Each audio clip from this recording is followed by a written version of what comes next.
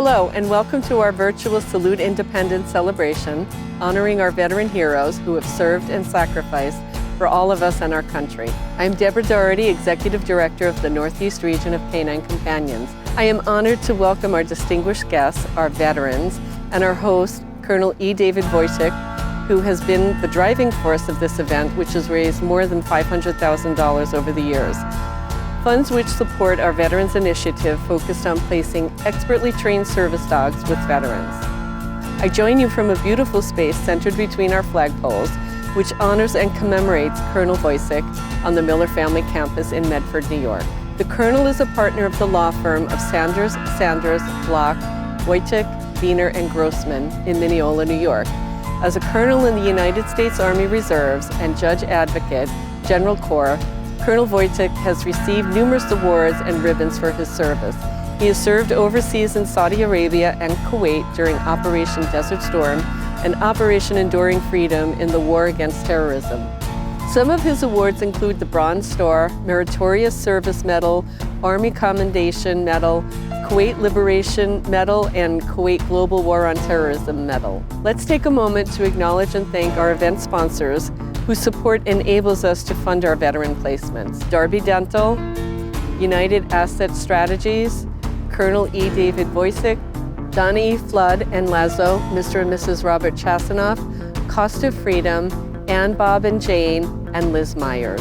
Canine Companions is a national not-for-profit organization that breeds, trains, and places service dogs with adults, including veterans and children with physical disabilities, as well as working professionals in the court system and rehabilitative environments. We invest a minimum of $50,000 in each dog we place and provide ongoing follow-up service for the working life of the dog, which is approximately 8 to 10 years. We do not charge recipients for their dogs. We rely upon the generous support of private and public donations to sustain our mission. Canine Companions has always served veterans, and now we serve veterans with post-traumatic stress, or PTS. PTS service dogs are trained to help mitigate the triggers of PTS by enhancing personal space and providing companionship. They perform tasks with verbal commands as well as hand commands, which allows a handler to be discreet in public. One such task is behind. This command directs a dog to stand behind a handler and lean on their legs, preventing people from encroaching upon their personal space when in public. Throughout the pandemic and beyond, we continue to deploy our mission to those in need, especially our veterans. Thank you for spending a piece of your Veterans Day with us. I hope you enjoy our special program. Thank you, Deborah. As we've mentioned, this is our 8th year for our annual Veterans Day event, Salute Independence, where we honor our nation's heroes who continue to serve their local communities. And joining me today is one of our veterans and his Canine Companion service dog, Ken Hernandez and Miller. Ken is a United States Air Force veteran, and he perfectly exemplifies our theme of Salute Independence. After his service in the military, Ken continued his service to our country as a Port Authority police officer. Following an accident, Ken retired and was matched with his much-loved service dog Miller in 2017. Thanks for being with us today, Ken, on this very important day. Thank you, Colonel. It's an honor to be here representing all the veterans Canine Companions served since 1975. Miller is amazing, and he provided me with the independence I longed for. Can we now join together for a moment of silence for our veterans who paid the ultimate sacrifice?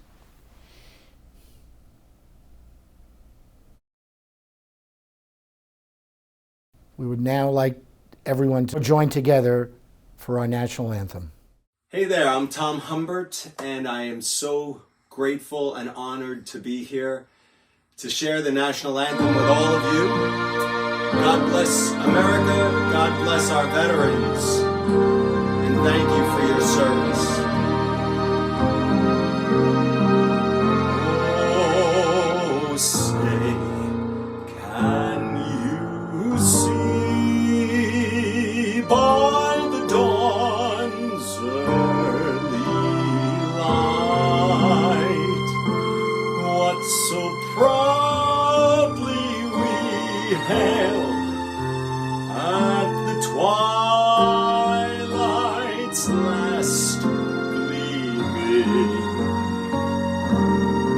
whose broad stripes and bright stars through the perilous fight, o'er the ramparts we watched were so gallantly streaming,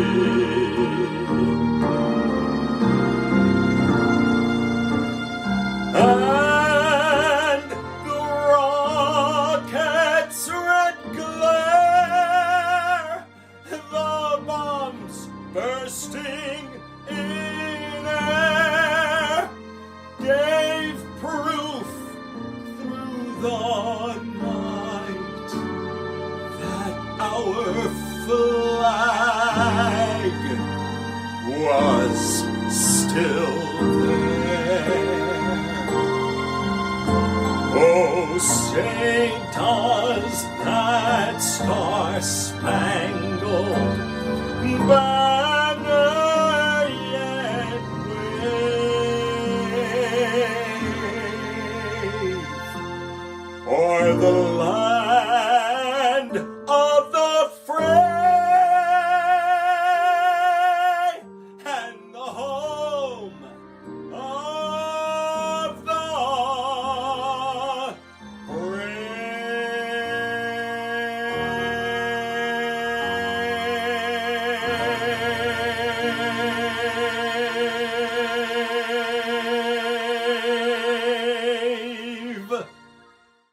I want to share with you now what's become a tradition at our annual event.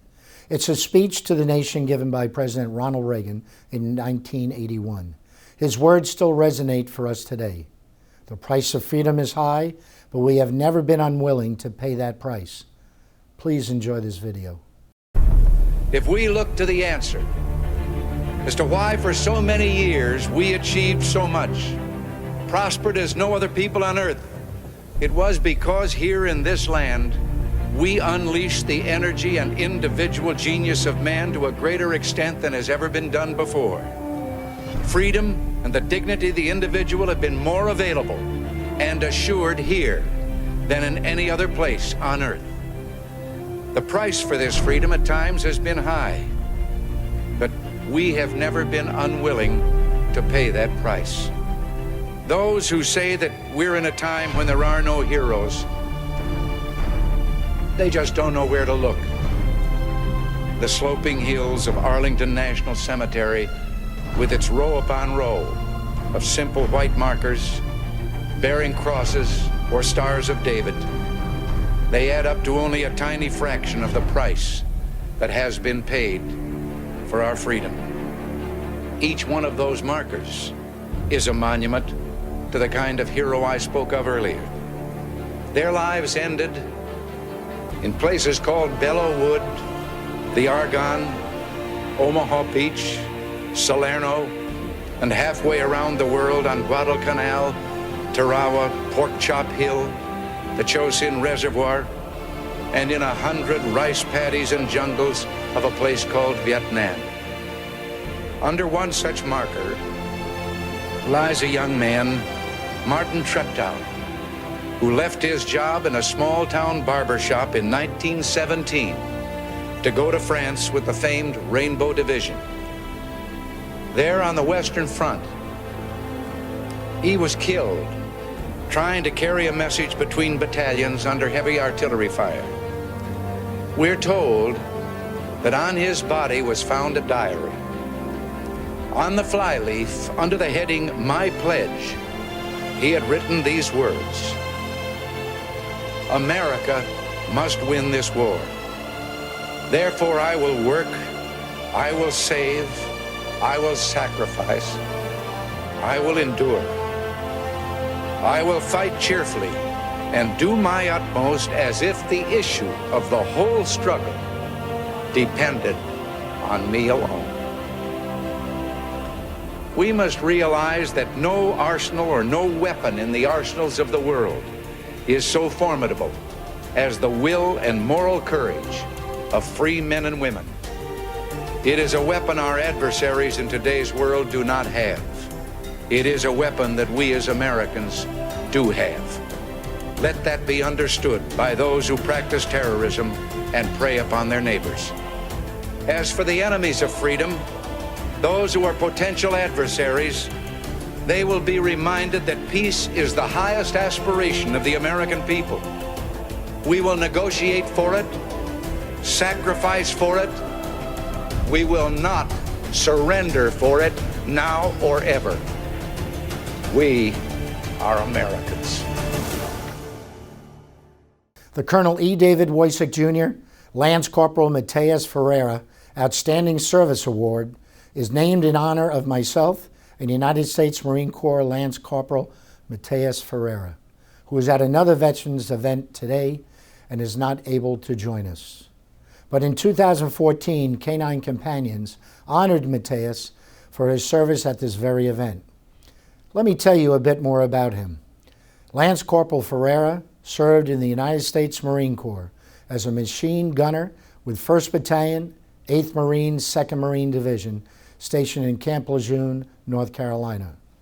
During a combat tour to Helmand Province, Afghanistan, in 2010, Mateus stepped on an improvised explosive device, IED, causing him to lose both legs below the knees, amongst other injuries. Mateus was awarded the Purple Heart, Combat Action Ribbon, and the Navy Unit Citation, amongst many other military awards. Lance Corporal Ferreira is currently an active police officer with the Suffolk County Police Department in New York, making him the first double amputee patrolman in the country. Today, it's an honor for me to be here representing the millions of men and women who have served our country in the United States military. And when you hear their stories and meet them virtually this morning, I know you'll agree they represent our best and brightest. From the greatest generation to our current conflict, Operation Enduring Freedom. In a few minutes, you're going to be introduced to our Outstanding Service Award recipient, George Karatsia, a Vietnam veteran and a member of the Order of AHEPA, the American Hellenic Education Progressive Association, who has helped raise over $800,000 to support organizations like Canine Companions, placing highly trained service dogs with veterans with disabilities. But first, we're going to meet 10 heroes to whom our nation owes a debt that can never, ever be repaid. All 10 of these brave warriors are well into their 90s, and some past the century mark. 80 years ago, they answered our nation's call to defend our freedom and our ideals against tyranny and evil. And we're proud to introduce you to them today. My name is Albert F. Gallo. I was in the 506 Anti-Aircraft Artillery Battalion. My highest rank was Technical Sergeant, T4 Sergeant. We arrived at Iwo Jima on the afternoon of D-Day, and we were supposed to land the next morning. We were attached to the 5th Marines Division. They didn't have anti-aircraft guns, and we were the ones that were backing them up. We were at Iwo Jima.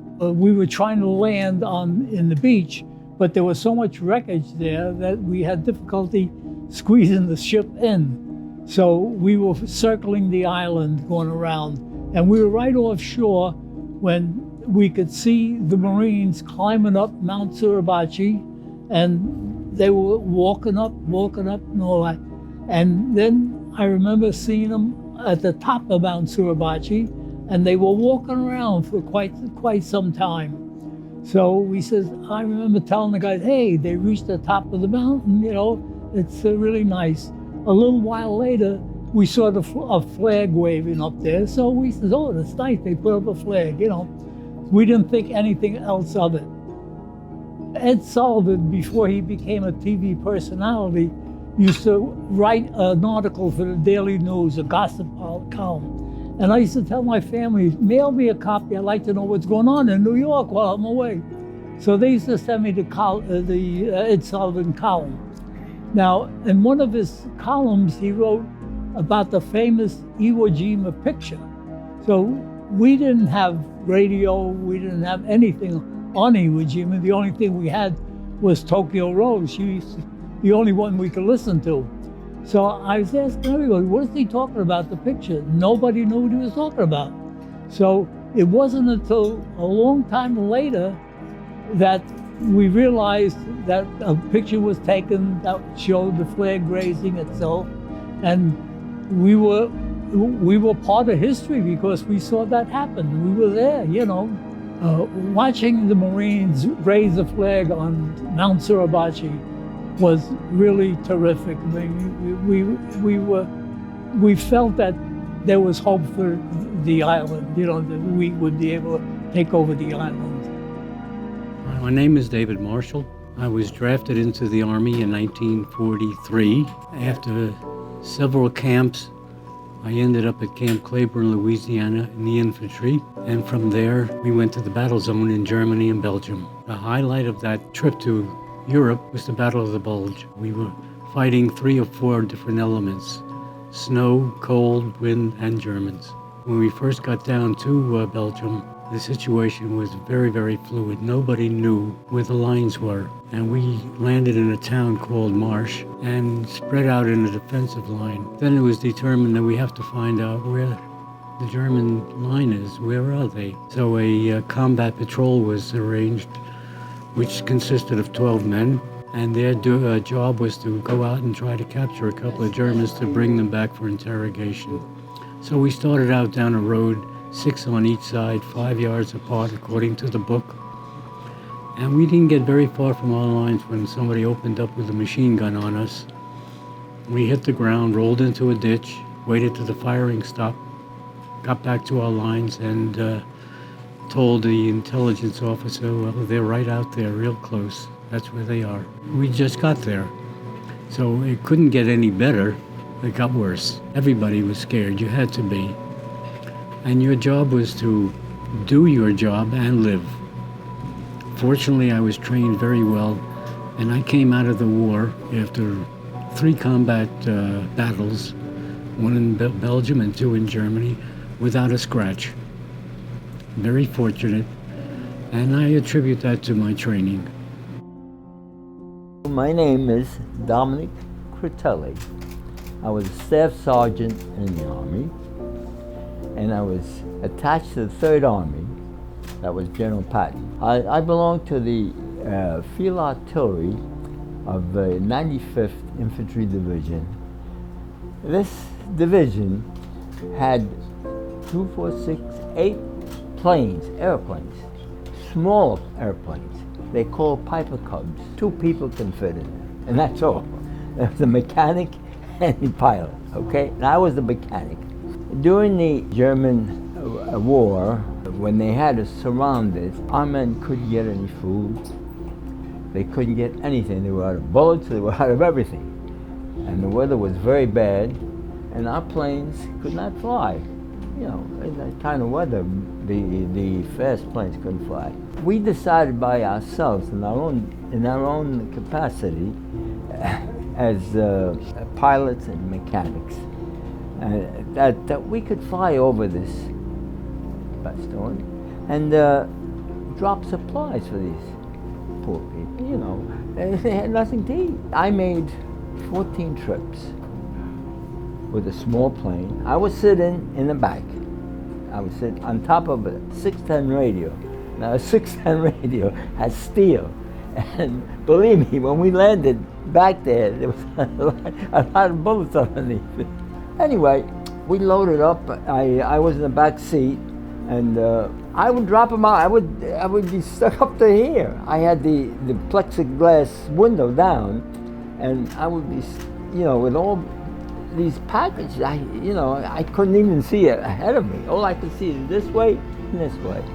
So I opened the plastic door, and I started throwing these things at them. Boy, they all shivered, especially when I threw out the cigarettes. Oh my God! They just, yeah. So I made 14 trips going back and forth. And look, I helped as much as I could. And so did the other fellows, you know, the pilots and the mechanics, they all helped. My name is Gil Blum. I ended up seeing the last 2 months of action in the European theater. I joined my outfit in Aachen. They had fought from D-Day all the way to Aachen in World War I tanks. And we joined this outfit that had been together for 3 to 5 years. When we joined them, they could not believe our age, could not believe how long we were in the Army. And when they asked how long we were overseas, I said, well, I kissed my mother 12 days ago.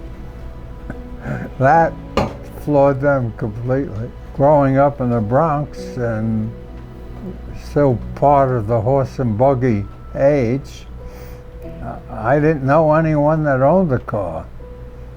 So I never drove a car. So the first vehicle I ever drove in my life was a big 30-ton Sherman tank. I'm Dr. Richard Heidel. I was combat infantry, Army, and spent a little time up front in the foxholes. One time we walked all night through no man's land because there were some SS troops on a hill up ahead. We dug in at the base of this hill. In the morning, we were up and we were alerted, but the SS troops had left. This was a point of observation for them, but they had left. But the funny thing, I remember they came to me at that time and said, "Come on, you're going to Paris." And I said, "Come on, that's nonsense. cut it out. I don't want to hear." "Oh, no, really, I'm serious." And I said, "No, forget it, you know." So they finally convinced me. They took me out of the foxhole, pulled me back, deloused me, put me in fresh clothes, and sent me for the weekend to Paris. So that was my memory of that combat infantry situation. Very lucky. I'm still getting around, still living by myself, and moving around, driving, and so forth. So I'm celebrating my 97th birthday on the 24th of this month. So I'm very happy that I'm doing as well as I am. My full name is Bernard L. Rush. I was in the Army Air Force and I was a technical sergeant. They sent me to radio school to learn how to fix radios in the plane. That's what I mainly did, but I was a third pilot on the crew. Well, I got shot in my ankle and in my thigh, and I had to bail out. I had a lot of blood, but I didn't think that was gonna kill me, you know. When I got down on the ground, about 8 or 10 Italian girls came over, because where I landed was in a friendly area.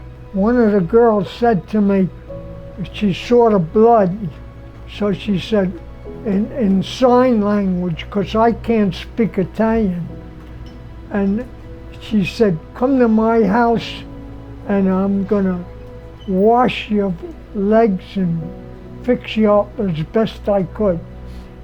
So I gave her the first aid kit that was on the parachute, you know, and she did. She was very good. She made hot water, washed me up, and then whatever dressing they had in that first aid kit, she put on me.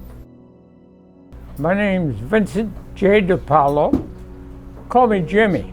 Everybody calls me Jimmy. In World War II, I was a tech sergeant, flight engineer on B-24. My closest call was on a return from a long-distance bombing tour, going back to the base in Alexandria. We were running out of fuel. We had to do a lot of transferring of fuel between engines, which was my job. And then as we approached Alexandria to land, we were very, very short of fuel. Pilot said, everybody get on the footway. We all had to go into the bomb bay on the path with parachutes, just in case the engine lost power while we were at least at some height where the parachutes would do some good. Well, fortunately, thank God,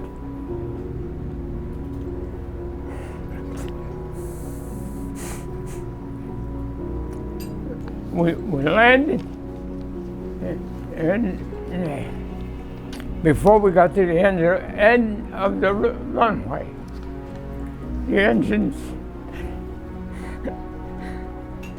stopped.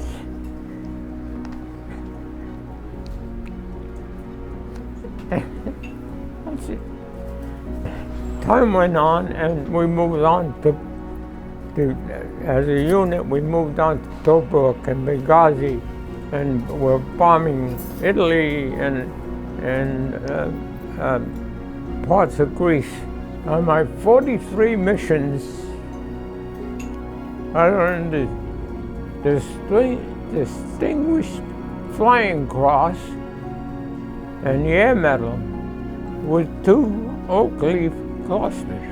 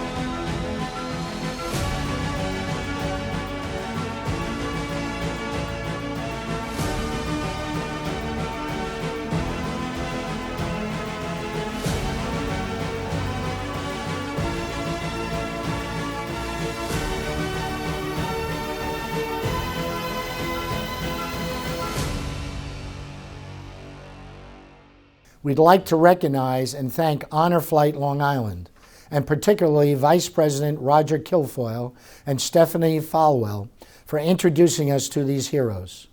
Roger and Stephanie are the organizers of Mission Margraten Plus, with the goal of bringing the 10 veterans you've just heard from to the Netherlands next year to visit the graves of their fallen comrades and take part in several Dutch national ceremonies recognizing their service and sacrifice. Now we're going to meet one of our World War II veterans a bit more up close and personal. 100-year-old Staff Sergeant Dominic Critelli was in the 95th Infantry Division, a member of the 377th Infantry Regiment in an Artillery Aviation Liaison Unit. Mr. Critelli's unit was the tip of the spear for General George S. Patton's Third Army as it stormed across northern France, the Rhineland, Belgium, and Germany. It was Critelli's job to keep aircraft flying, intelligence and reconnaissance missions, serving as the eyes for his artillery unit. In the winter of 1944, Hitler launched his last offensive of the war. The ensuing battle would soon be known as the Battle of the Bulge.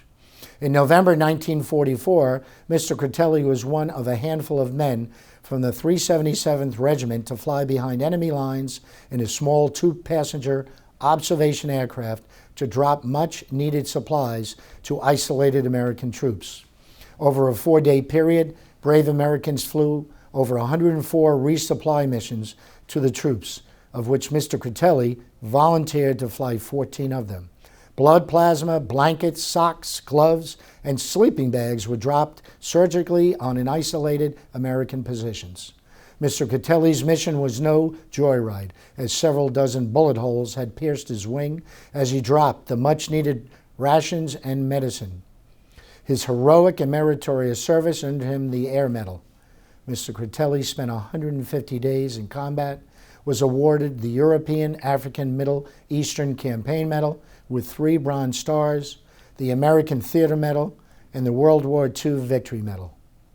I want to thank you on behalf of Canine Companions for Independence for being the recipient of the Outstanding Service Award for the Canine Companions Northeast Region in support of our Veterans Day initiative, Saluting Independence. Your career is unbelievable. What you've done for this country in World War II and for your life and giving back, you are a truly American hero.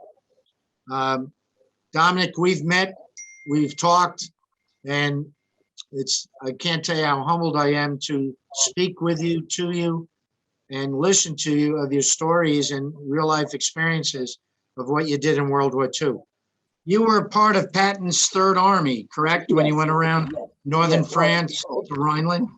Yes, I had. I was driving the major to these meetings with Patton, and actually you could hear him. There was loudspeakers outside the building, and he says, "I don't want to find anybody digging a foxhole," because he says, "I want everybody moving all the time, moving." And he gave a speech, many things that he wanted the troops to do. And I'll tell you, we moved very fast.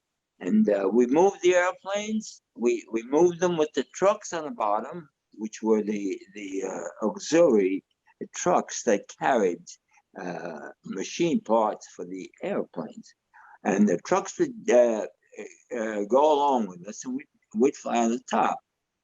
And we flew low. And if we came, I have some pictures of Eddersdorf and some of the German places where they had long stretches where we could land these planes, and good spots where we could put these airplanes, because we had to tie them down at night.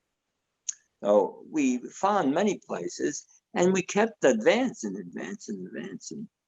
And it really worked very well with these planes. And of course, I was a mechanic. I was not a pilot. Without good mechanics, it doesn't matter what type of planes we had, you were able to keep these planes operational. And it's a whole team effort, which I think that carried on to your civilian life about a team effort. What did you do when you came back from the war? What types of jobs did you hold? Well, I went to school for a dispatcher, but I was doing it. I was doing it through the mail, and it didn't work out so good. So my father, who was a carpenter, had me work with him. He used to work on these new houses out of like Levittown. You've heard of that, I guess, and places like that. And I learned to really work pretty well with him. So I worked with him for a while.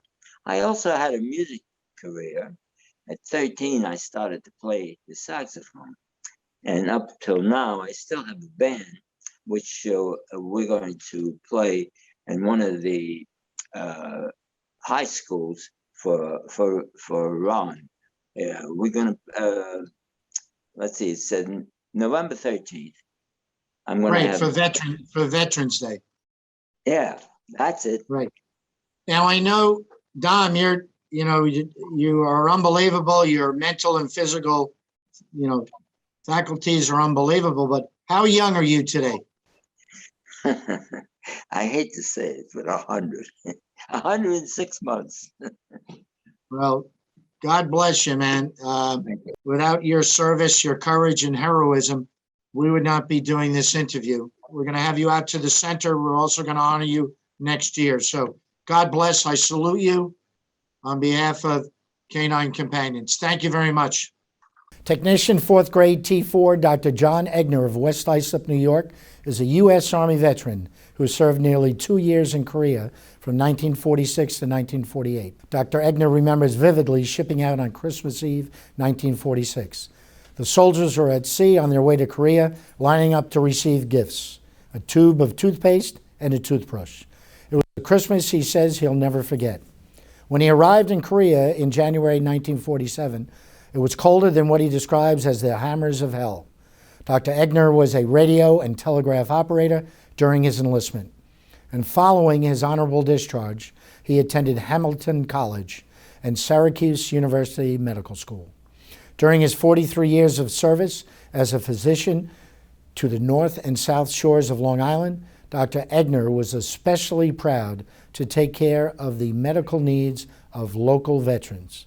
And he was also a volunteer at many healthcare clinics across Long Island, serving low-income patients. I just want to tell you how proud I am and humbled I am to be talking to you for your distinguished service in the United States Army, as well as your commitment to veterans while being a doctor here on Long Island. I appreciate that, and thank you very much.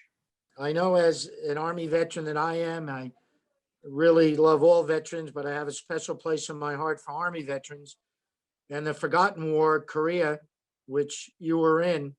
And I just want to thank you. Canine Companions wants to thank you.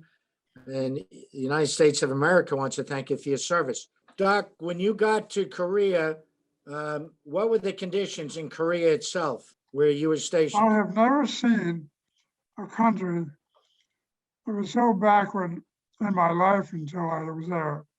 Even the lights in Incheon Harbor were dim. So it was amazing. And we got on a train there, had no windows. It was the middle of the damn winter. We were freezing our asses off. And we had these big Army overcoats on and everything, you know. And they put us on a train and put us down to the, what the hell was the name of that place where they ended up shipping you out to various different locations in Korea. How many years did you spend in Korea, months or years? 2. 2 years? Well, actually, my service was 2 years. How long was I in Korea? I really don't know, because my father always used to tell me when any sign goes up for a volunteer for something, do it. Right. So I had all these things that went up, and I volunteered for just about everything, including tryouts for a swimming team to represent Korea in the five commands: the Marianas, Japanese, the Tokyo, Hawaiians, and there was another one. Right, in a Olympic meet in Japan. It seems like you've had a very distinguished career and you saw a lot, went through a lot. As you said, the weather conditions, the harshness of the terrain, the troops that you confronted, and the war that they call a forgotten war. When you got home from Korea, I know you went to Hamilton College and you went to Syracuse University Medical School. And Right. what type of medicine have you been practicing since that time? Urology. Okay. That's the male medicine. And what type of things were you doing and where were you doing that? Oh, I was doing all kinds of operations and big time cancer operations and stuff. You got to school on the GI Bill? Yeah. If I didn't have the GI Bill, let me tell you something, I never would have gone anywhere because my family was poor as a church mouse. We could never have gone to college without the GI Bill. I'll tell you, that damn GI Bill was probably the most prudent, wisest thing that the government ever did for the veterans. Right. Well, I know the VA was not what it is today, and thank God that many people like yourself have helped veterans. I know you have helped many patients, patients who are veterans over the years in clinics, and people, low-income patients who can't afford the health care. And on behalf of Canine Companions, we were very fortunate to have you as one of our distinguished recipients of the Canine Companions Award this year. What you've done for veterans, and as you said, what, helping people low income. I mean, There's nothing better than to give back to our country, which you have. You've given so much to this country by your service in Korea, your service to our country in the medical profession. And I just want to thank you on behalf of Canine Companions for Independence. For 2021, I salute you, Tech Sergeant Wagner. Thank you from the bottom of our heart. God bless you and have a great Veterans Day. Thank you. Specialist 4 James Brady is a U.S. Army veteran who served honorably in Vietnam during a one-year tour of duty in 1966.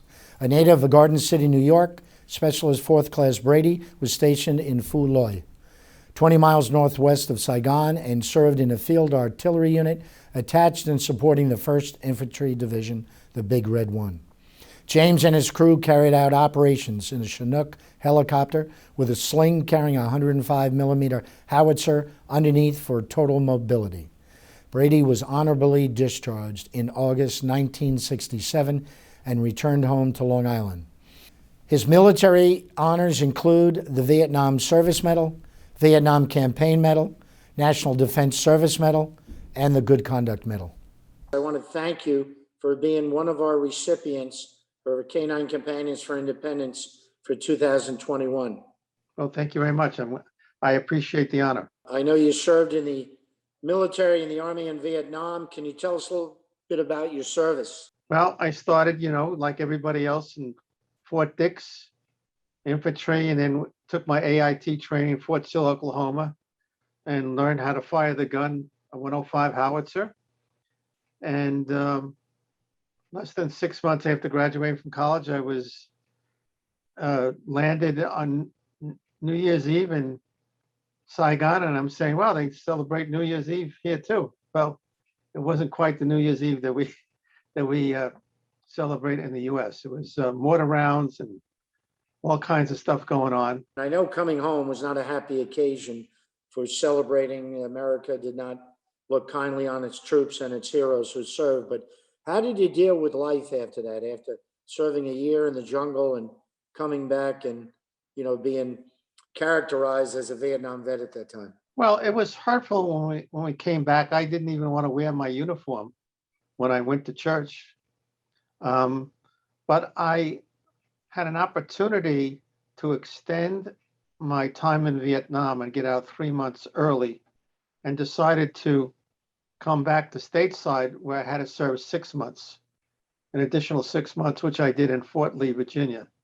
So I had a little buffer time between Vietnam and becoming a civilian to think about, what happened in the past. And it made me realize how precious life is, how lucky I was to survive, which I didn't think I would, quite frankly, because the toughest part about serving in Vietnam while I was there was they knew where we were, the Viet Cong, but we didn't know where they were. They had the tunnels, we were in their land, and the most treacherous time were 2 times. At night, when you slept, we slept in an area that was sandbagged. So there could be 20 of us, and for them to kill us, a mortar round would have to go off right in that middle of those sandbags we were sleeping. So the sandbags protected us at night. And the other time that was the most treacherous is when we had to go into Saigon or to go out of the compound. They would simply wait in ambush and wait for the convoy to come. Some were on one side of the road, some of the Viet Cong were on the other side of the road, and they would just wait for the convoy to come and ambush us and try to kill us. War is not a pleasant thing. It's a tragedy, and it's, as you would say, and as you've done over the years, you wouldn't want it on your worst enemy to go to war, because the scars are everlasting. But Jim, I know when you came home, you became involved in the medical field. Tell us something about that, what you did in, sales and marketing. I was lucky enough to come across a neighbor at one of the conventions who said, had I thought about a career in medical advertising. She worked for an ad agency and was able to give me a lead, and I got that job. And we have really, it's a good job because these medical journals provide information. They're peer-reviewed, state-of-the-art, and it gives the physicians a chance to read up on what they should know about treating patients in that specialty. And my specialty was dermatology. I became very involved in town politics. I was the president of the Eastern Property Owners Association, past president of Garden City Little League. I also am past president of the Mineola Garden City Rotary Club and past president of Rotacare. I'm still on the board of Rotacare.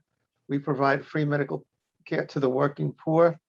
We work out of we're working out of A. Holly Patterson in Uniondale, and unfortunately, the county is in financial trouble. They just evicted us, so now we're looking for new space. We're temporarily holed up in a church in Hempstead, St. George's.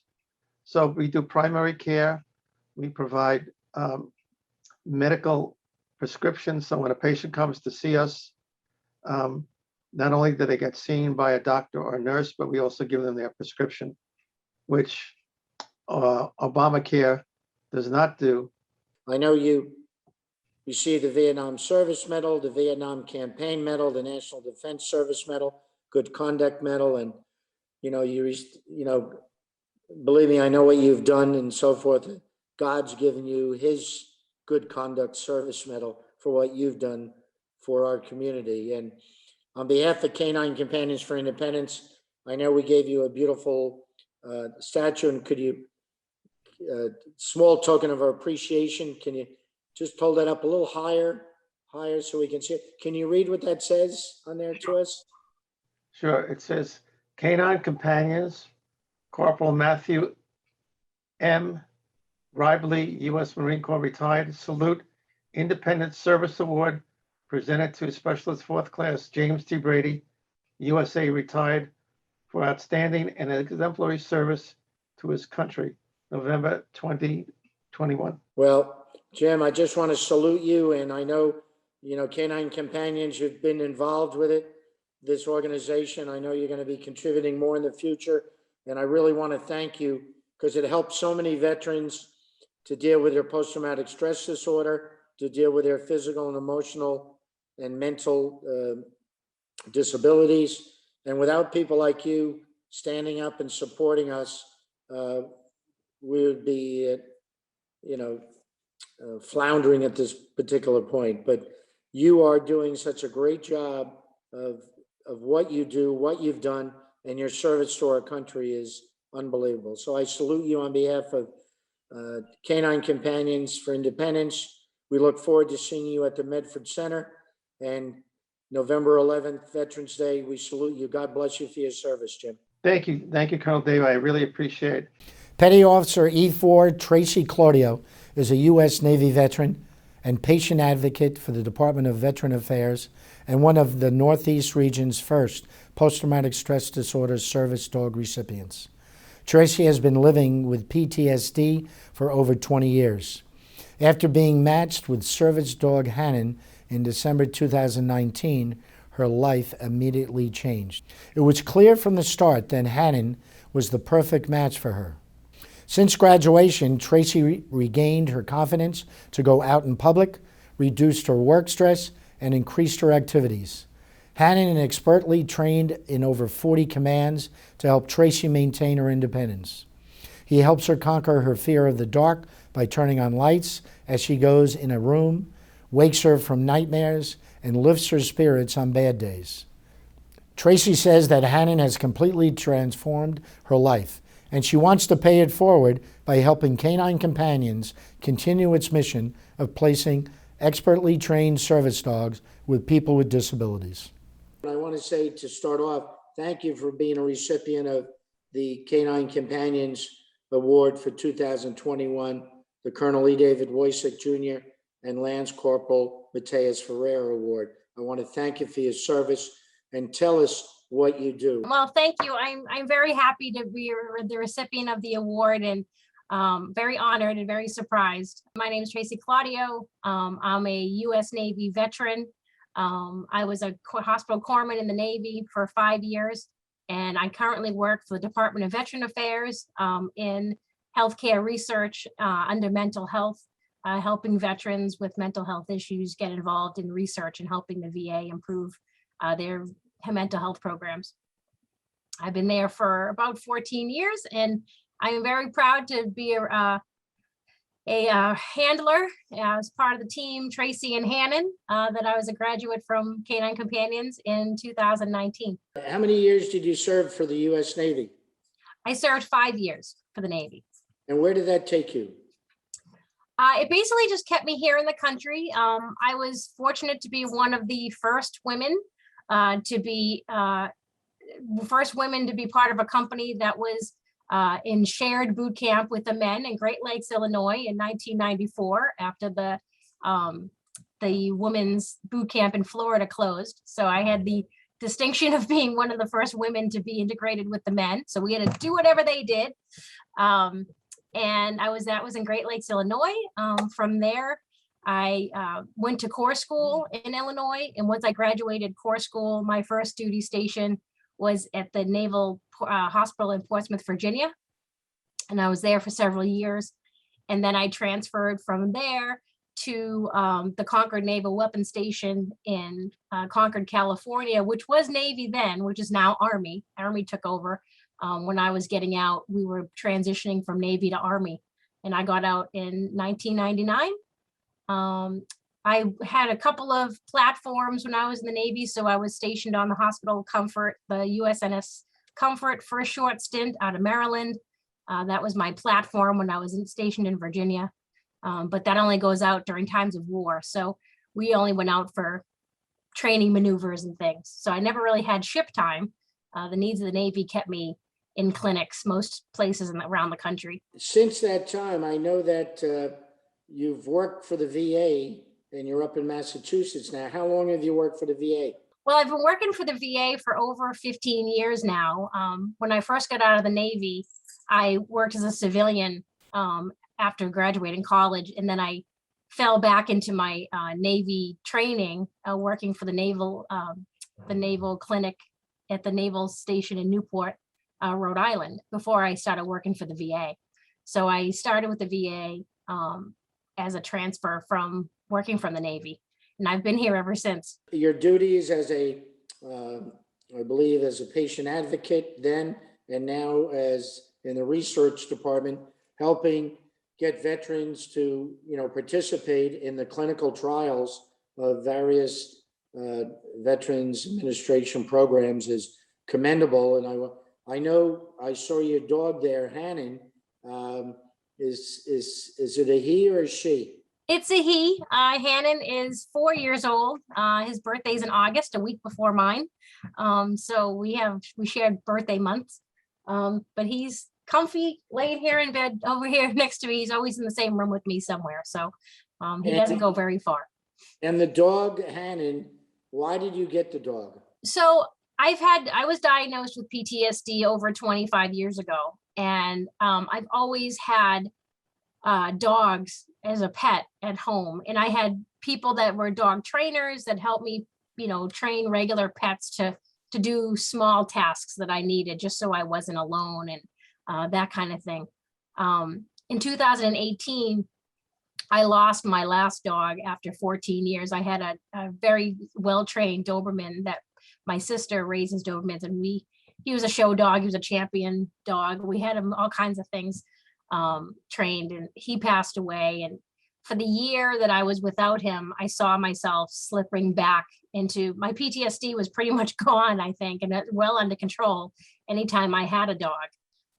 But when I lost my last dog, the year before I got Hannon was very hard, and I could see myself slipping back into my old PTSD rhythms and routines and paranoias. So I started searching for another dog, and I looked at several organizations, whether it be, adopting a dog and having them trained on my own, or having service dog organizations help me get a dog. And a lot of them told me that I wasn't qualified, or they didn't have dogs for me, or they didn't train PTSD dogs. And I think it was divine intervention, honestly, Colonel. I was working at the VA one day and they had a presentation. Canine Companions came to the VA and they gave a presentation. And I swear I was in the right place at the right time. And it was Jessica from Canine Companions in the Northeast region was there. And no sooner did she leave the building where I called them right away. And they responded to me right away, which was excellent. And I was so grateful to hear from them. On behalf of Canine Companions, again, I want to thank you for helping out so many veterans up in Massachusetts and serving your country in the U.S. Navy. Can you hold your trophy up? Yes, thank you so much. This is so beautiful. And I cried as soon as I opened it. It's very touching and emotional. Thank you so very much. God bless you. And now it's time to meet the recipient of this year's Salute Independence, Colonel E. David Wojcik Jr. and Lance Corporal Mateus Ferreira Outstanding Service Award. George Carazia is a member of the Order of HEPA, the American Hellenic Educational Progressive Association, which was founded in 1922. Its purpose was to help Americanize the Greeks in America. In 1945, they came to the national forefront by raising more money than any other organization in war bonds. In 1946, President Harry Truman was so taken by the Order of AHEPA that he became a member while in the White House. George has been a member of AHEPA Chapter 517 for 25 years and has a 3-term president. He joined the District 5 Lodge, New Jersey and Delaware as warden and proudly served for 5 years and reached the position of district governor. He initiated an outreach program for AHEPans who lost their employment. He also served on the 5th District Cancer Foundation for 6 years. George Carazia has been married to his wife Anita for over 48 years.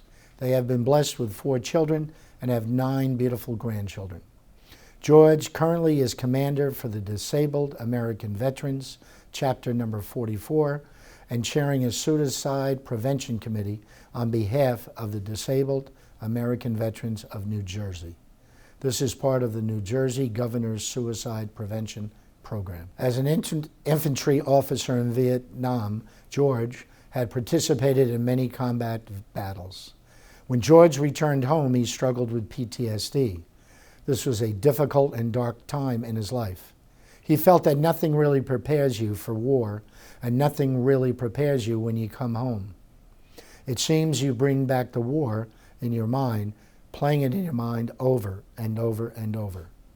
With 22 veterans a day committing suicide who struggle with PTSD, George felt that he needed to get proactive and do his part to help be a part of the solution. In 2016, George felt that AHEPA could do its part to help our veterans who struggled with PTSD. At the National Convention in Las Vegas, George was successful in getting the delegates to unanimously vote for the creation of the AHEPA Service Dogs for Warriors program.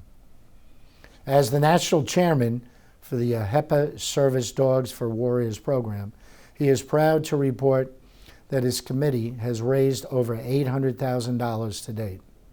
His goal is to keep raising money until there are 0 veteran suicides a day. I just want to thank you for everything you've done on behalf of the United States of America and the Order of the AHEPA, American Hellenic Educational Progressive Association, which was founded in 1922. You've really been a dignitary and ambassador for Americans, Americanize them, Greeks in America, and what you've done with respect to your military career in Vietnam and your constant pursuit of justice and helping out veterans, especially with suicidal prevention, post-traumatic stress disorder, and the things that you've done in the community is truly outstanding. And that's why we have named you as our recipient of the Colonel E. David Wojcik Jr. and Lance Corporal Mateus Ferreira Outstanding Military Soldier Volunteer of 2021. Well, I tell you, I saw Lance Corporal Matthias, some information on him, and he truly is an American hero and what he has gone through. And so hopefully someday I get to meet both of you. Well, we are, unfortunately, during the COVID protocol, we are going to be doing this virtually, which we are doing now. And it's amazing how technology has come far by, I believe you're in New Jersey. I'm in Florida, and John is in New York, and we're pulling this off as we did last year. We will have you in person. I'm going to guarantee next year. I guaranteed it last year for this year, but we want to see you in person, smiling. And I'm so proud to have you recognized as our honoree this year. You know, what's really important is someone who was a combat infantry soldier, sir, and who came home and not knowing that you have PTSD, where you seem to be angry and all types of other issues. And the way the VA seems to handle these things is drugs, anxiety, depression, drugs. You don't know if you're going up or down or you're in a roller coaster. And so here's a program, a life-saving program that, you always heard dog is man's best friend. And to have such a program, and I think one of the first benefits is that you're helping a vet get off the meds. I think that having a dog there helps you there, who understands and feels your triggers. When you need that affection, they're there. No one comes back from war the same.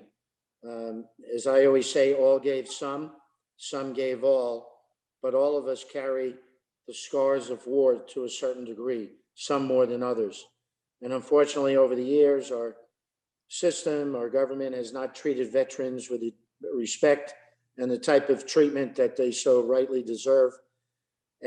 But for people like you, we wouldn't have, that buddy system, which you have enhanced, you've promoted, and you've really made us proud to honor you this year and what you do, which I can't tell you from the bottom of my heart. I am so proud to have met you, have talked to you previously, and I can't wait to meet you in person. I just can't tell you how proud we are, and for you to be a recipient of an award that was named in honor of myself and in Mateus Ferreira.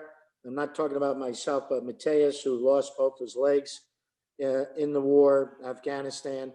Tremendous, tremendous hero. If you ever hear him speak, he's like you. He puts everybody else first, and that's what makes him such a great infantryman and soldier and Marine. Well, there was Abraham Lincoln, just talk about PTSD, and many don't realize it. Coming out of Vietnam, nobody knew what PTSD was. It was just like at that point, he came back shell shot. Yeah, gave us a label, not realizing what that veteran was going through. But was one where Abraham Lincoln says, to care for those who are born of war. So I think he understood, even there in the Civil War, about PTSD. With that said, George, I just want to thank you. I know I believe that your trophy is behind you. Is that what you received from Ken? Can you show that to us? And that's great. Can you read the inscription on that to us? I will. It says, salute independence. The Colonel E. David Wysick Jr., Esquire, U.S. retired, and Lance Corporal Mateus Ferreira, U.S. Marine Corps retired, Outstanding Service Award, presented November 2021 to a HEPA Service Dogs for Warriors for empowering the lives of veterans with PTSD. And I accept this award on behalf of the Order of HEPA, because the money that we raised was raised throughout the United States by the men's organization, the women's organization. We have the Sons of Pericles. They raised money, you got Pericles, and even the young maids that admire the work that we do, and they speak about our program.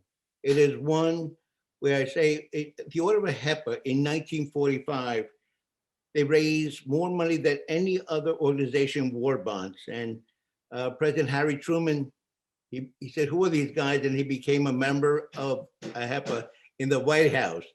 And to say to you, I think today in 2021, that we have a program that I believe that we're also proud in just doing our part, not being on the sidelines, but doing whatever we can to help these poor veterans who bring the war back with them.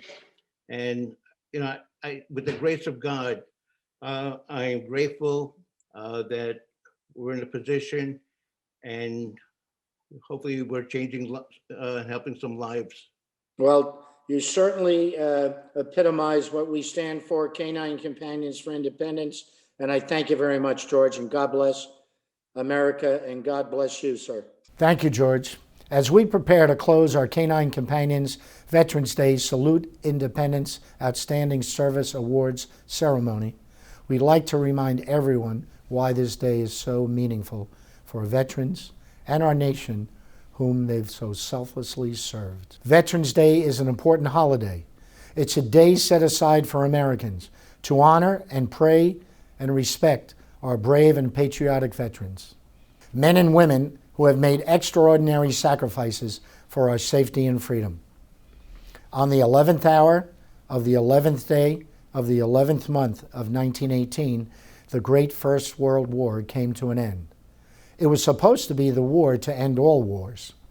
At that moment, an armistice went into effect and both sides laid down their arms. President Woodrow Wilson declared the first Armistice Day to honor those who had died during the war. In 1938, Congress made the day an official holiday. And in 1953, after World War II and the Korean War, a movement was started for all veterans on Armistice Day to be remembered, not just those who served in World War I. After being signed into law by President Dwight Eisenhower, the holiday has been called Veterans Day ever since. Whether you agree or disagree with any of America's policies and any of the wars where veterans we've honored here today, one thing we all share alike is that all veterans have sacrificed to protect our freedoms we sometimes take for granted. The cost of freedom is not free, and all veterans deserve our utmost respect and admiration. They have served our country so that we and our children may live in peace and in harmony. All gave some, and some gave all. Freedom is not free, and America is certainly the home of the brave, as evidenced by our honorees here today. Bless all these veterans with us today, and a special tribute to those veterans who have given the ultimate sacrifice to our country. Thank you for joining us and for supporting such a worthy organization as Canine Companions for Independence, who provides all their services at no charge for our wounded veterans who need the support of a highly trained service dog. The 11th day, 11th hour, and 11th month is now upon us. We leave you in silence to remember our fallen. Thank you, and we hope to see you in person next year.